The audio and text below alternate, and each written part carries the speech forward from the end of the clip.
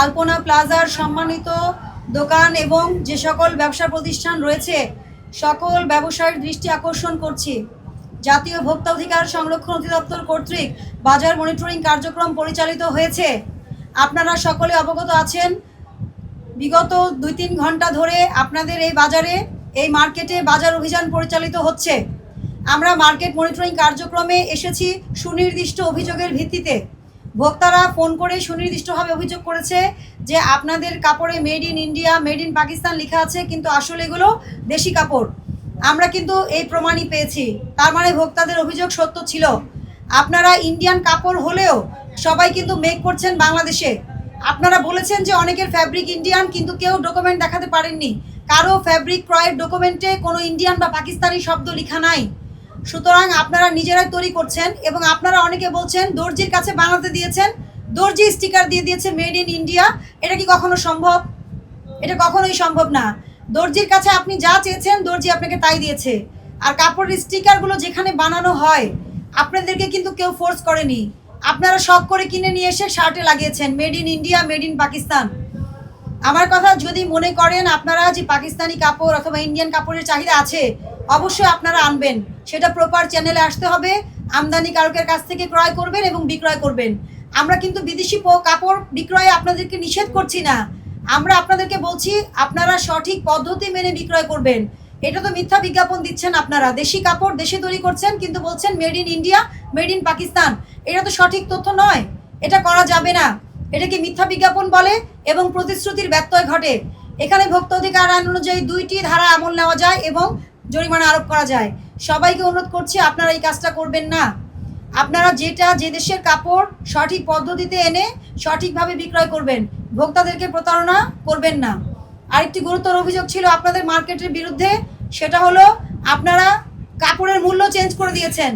এবং আমরা কিন্তু আপনাদের আলপনা প্লাজার সবচেয়ে সামনের দোকানে এসে এটা পেয়েছি যে কাপড়ের গায়ে আগের মূল্য লেখা ছিল 1850, আপনি এখন লিখেছেন 2250। এবং অভিযোগকারী যখন ফোনে অভিযোগ করেছে উনি এটাও বলেছে যে উনি যখন আপনাদেরকে এই বিষয়গুলো অবগত করেছে আপনারা হাসাহাসি করেছেন, তাচ্ছিল্য করেছেন। অতএব আপনাদেরকে বুঝতে হবে বিষয়টা কিন্তু হাসাহাসি বা তাচ্ছিল্যের নয়। আপনি আইন ভঙ্গ করছেন। যেটার বডি প্রাইস লেখা আছে আপনি ওই প্রাইস টেম্পারিং করতে পারবেন না। এটা যেমন তেলের ক্ষেত্রে সত্যি, তেমন মোড়কজাত পণ্যের ক্ষেত্রে সত্যি, খাবারের ক্ষেত্রে সত্যি এবং কাপড়ের ক্ষেত্রেও একই রকম নিয়ম প্রযোজ্য হবে। আপনাদের সবার প্রতি সম্মান রেখে বলছি, আমরা সবাই সুন্দরভাবে ঈদ করতে চাই, ব্যবসা সুন্দরভাবে করবেন। অবশ্যই ভোক্তা অধিকার আইন সংরক্ষণ করে ভোক্তাদের অধিকার সুরক্ষিত রেখে সুনামের সহিত ব্যবসা করবেন। কোনো প্রতারণার আশ্রয় নিলে কিন্তু শুধু একজন ব্যবসায়ী না, একটি মার্কেটের সুনাম নষ্ট হয়। এটা আমার কেন আপনাদেরকে বলতে হবে, এটা আপনাদের নিজেদেরই বোঝার কথা। কারণ আপনারা একটা অর্গানাইজেশন, এখানে একটা প্লাজার অন্তর্ভুক্ত হয়ে সবাই ব্যবসা করছেন। এখানে 1-2 জন অন্যায় করা মানেই কিন্তু মার্কেটের বদনাম হবে, এত মিডিয়া এসেছে, এগুলো প্রচার হবে, তাহলে আপনাদের উপর থেকে মানুষের আস্থা কমে যাবে। আমি সবাইকে অনুরোধ করছি এই কাজটা করবেন না। আমরা আরও 2 ধরনের অপরাধ পেয়েছি। আপনারা লিখছেন কাপড় 100% কটন, অথচ কাপড় দেখাই যাচ্ছে চোখে যে কটন না। আমরা দেখার ভিত্তিতে কিন্তু ব্যবস্থা নেইনি। আপনি প্রতিষ্ঠানের নিজস্ব প্রতিনিধি, আপনারাই স্বীকার করেছেন যে কাপড়গুলো কটন নয়, আসলে 100% কটন নয়, এটা মিক্সচার। এবং আপনারা স্বীকার করাতে কিন্তু আমরা জরিমানা আরোপ করেছি, ব্যবস্থা গ্রহণ করেছি। আরেকটা ওখানে দেখতে পেয়েছি আমরা রেমন্ডের নকল কাপড় বিক্রি হচ্ছে, কপি বিক্রি হচ্ছে।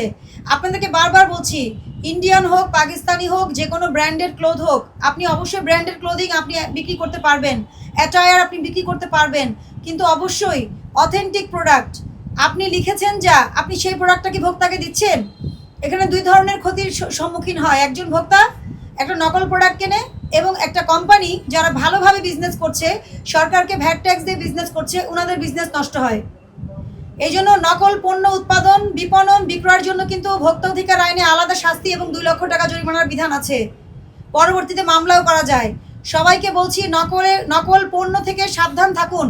নকল পণ্য বিক্রয়, বিপণন এগুলো করবেন না। সবাইকে অনুরোধ করছি নিজের নামে বিক্রয় করুন। আপনার ট্রেড লাইসেন্স আছে, আপনার ব্যবসা প্রতিষ্ঠান আছে, আপনি নিজ নামে বিক্রয় করুন। কাউকে প্রতারণা করবেন না। যে আপনি একটা কোম্পানি সুনামও নষ্ট করবেন না, ভোক্তাদেরকে আপনি ভুল প্রোডাক্টও দিবেন না। সবাইকে অনুরোধ করছি কেউ প্রাইস ট্যাগিং 2বার করে লাগাবেন না এবং এটা টেম্পারিং করবেন না। এখানে কিন্তু খুবই সমস্যা হচ্ছে। এবং অভিযোগ আসছে। আমরা আশা করি আজকের এই মনিটরিংয়ের পরে আপনাদের মধ্যে সবাই সংশোধন হয়ে যাবেন, এরকম অভিযোগ আর আসবে না।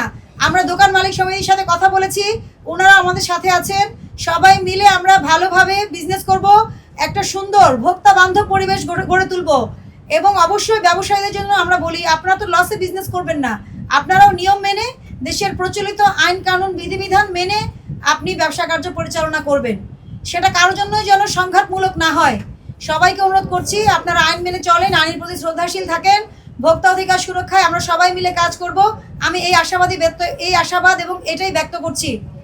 সবাইকে ধন্যবাদ। মনিটরিংয়ের সহযোগিতার জন্য দোকান মালিক সমিতিকে স্পেশাল ধন্যবাদ জানাচ্ছি এবং পুলিশকেও ধন্যবাদ জানাচ্ছি। শাহবাগ থানা পুলিশ এবং নিউ মার্কেট থানা পুলিশ এবং সকল মিডিয়ার যত ভাইরা এসেছেন সহযোগিতা করেছেন সবাইকে ধন্যবাদ দিচ্ছি। আমরা সবাই মিলে ভোক্তা অধিকার সুরক্ষায় কাজ করব এবং এটাই আমাদের প্রত্যাশা। ধন্যবাদ সবাইকে।